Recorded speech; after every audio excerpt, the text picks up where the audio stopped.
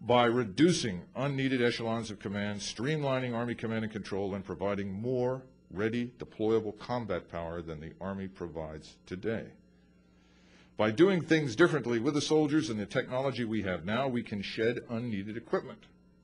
And we can also identify more clearly what we will need in the future. After all, a new technology's military utility is revealed only when soldiers get their hands on the technology and find out what it can actually do in an organizational setting that is unconstrained by preconceived notions rooted in the past. If we are smart, this approach will also yield available efficiencies to invest in more advanced capabilities and new joint operational concepts. We can make the transition from what remains a linear single-service war mobilization paradigm to a distributed network-centric paradigm and create an adaptive organization for combat that is inherently joint. So the question today is not whether American dominance in space, in the air, and at sea can dramatically influence the conduct of all military operations on land as never before. It can. The real question is whether the United States Army will adjust its thinking, doctrine, and its structure to exploit the new strategic reality. I have suggested how we might go about it. You, your colleagues, and the degree to which you support our elected and appointed officials will determine whether or not we actually implement real change. Now let me close with a few quick thoughts. In the course of 30 years in uniform, many fine officers and superb soldiers have taught me a hell of a lot about warfare. I saw action in Desert Storm, planned and participated in America's Balkan intervention since 1995. These experiences led me to conclude that Desert Storm, along with the fighting in the former Yugoslavia, far from validating Army doctrine, organization, and tactics, had really closed the book on the old way of war. World War II-style division-based single-service warfare, like the phalanx and the cavalry charge, belongs to history. America's military leaders know in principle that obsolete paradigms lead to military disaster. Everyone can cite historical examples of governments and armies that base their forces and their policies on imperfect or delusional models of the world. One example is the impact of machine guns and artillery on the trench warfare of World War I. Another is the Japanese attack on Pearl Harbor. We look back on the military and political leaders of earlier times and wonder how they blundered into military disaster. Some were blinded by ideology, convinced that war was unthinkable. Some knew that change was necessary, but could not summon the resolve to implement it. Some were simply comfortable with the way things were. They were not bad people, but they were wrong. We are obliged to try to learn from these mistakes. We are obliged to adapt our thinking to our times, suspend our disbelief in what is new, and explore the unknown. We are not the Macedonians. We do not have to discard all of our weapons and equipment. We are more like Roman cohorts that have been jammed together into a phalanx and trained and commanded to operate like one. By disentangling critical capabilities from the division-based structure, the modern phalanx, and reorganizing them into combat groups, we can take a tremendous step towards transformation. The rest, incidentally, can be worked out by the talented soldiers that we have in the United States Army. Given the opportunity, our soldiers, our non-commissioned officers, junior officers are actually quite thoughtful, and they can make things work if they are allowed to do so.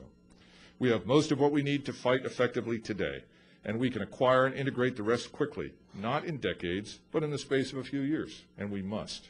There is no need to endure a long gap of unpreparedness while we wait for the arrival of some new exotic technology. And if we are willing to attack the Army's top-heavy bureaucracy and excessive duplicative organizational levels, there is no reason why the changes I have outlined today should require massive budget increases. Finally, it is important to remember this. For 500 years, the presence of the Roman legions was synonymous with order, economic prosperity, and civilization. For the next 500 years, the arrival of an American joint task force anywhere on this planet should mean the same thing to the people of our world. Transforming land power, however, for joint warfighting now and in the future is absolutely vital to that outcome. Thank you.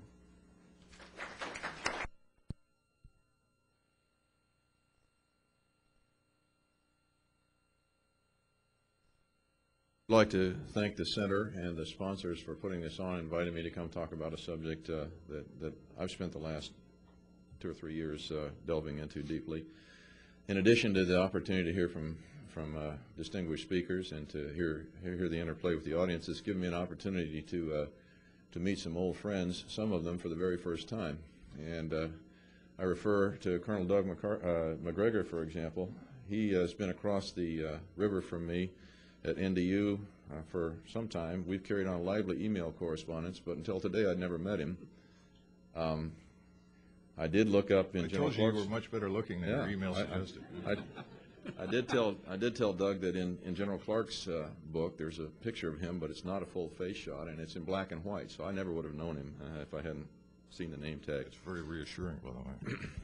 I'm going to talk about transformation from a vantage point of the work I've done for about the last 3 months providing staff support to what is known within the Institute for Defense Analyses as the Transformation Study Group, more commonly known in the press as the Transformation Panel, one of the several that Secretary Rumsfeld set up to do his top-to-bottom defense review. Most of the charts that I'll show today were already shown at a press briefing by General McCarthy, the chairman of that study group, and I'll even tell you where to find those if you haven't seen them before. But I want to stress that I am not a spokesman for the group. They hired me to be a draftsman, so I worked on some of their charts and I wrote papers for them. But what you'll hear is my own opinion, my own interpretation of what they did. Let me start with their conclusions, and this is a truncated list because I've listed the ones that I think are most important to today's topic. The first one says that the synergy that true jointness brings is the most powerful transformation concept.